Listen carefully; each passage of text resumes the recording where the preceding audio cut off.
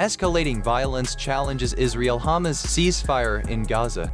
On Sunday, the Gaza ceasefire faced its toughest test since it began on 10 October as the Israel Defense Forces unleashed a wave of deadly airstrikes after 2 Israeli soldiers were killed in an incident the army attributed to Hamas. The attacks prompted an Israeli security official to halt humanitarian aid deliveries, sparking alarm that the fragile truce could unravel.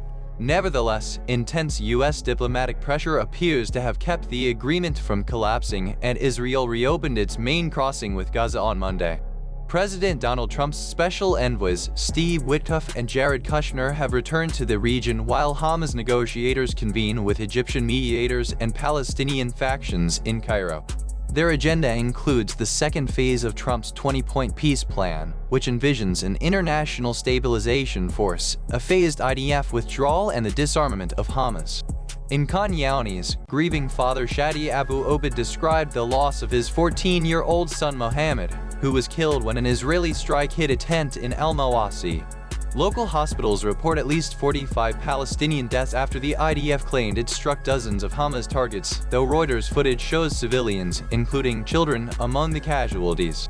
Hamas says some of its armed wing members were killed in a cafe strike in central Gaza, but the IDF has not confirmed any specific target.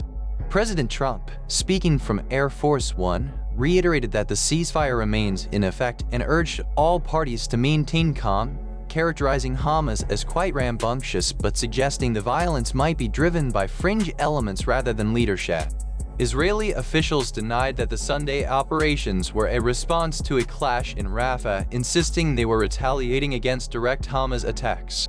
The Israeli Defense Ministry released video of bulldozers installing yellow barrier blocks that demarcate the Yellow Line, a contentious boundary separating Israeli-controlled zones from the rest of Gaza.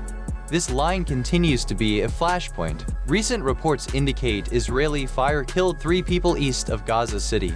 Within Israel, Prime Minister Benjamin Netanyahu ordered decisive action against any ceasefire breaches, while U.S. Vice President J.D. Vance described the truce as the best chance for a sustainable peace, downplaying its fragility.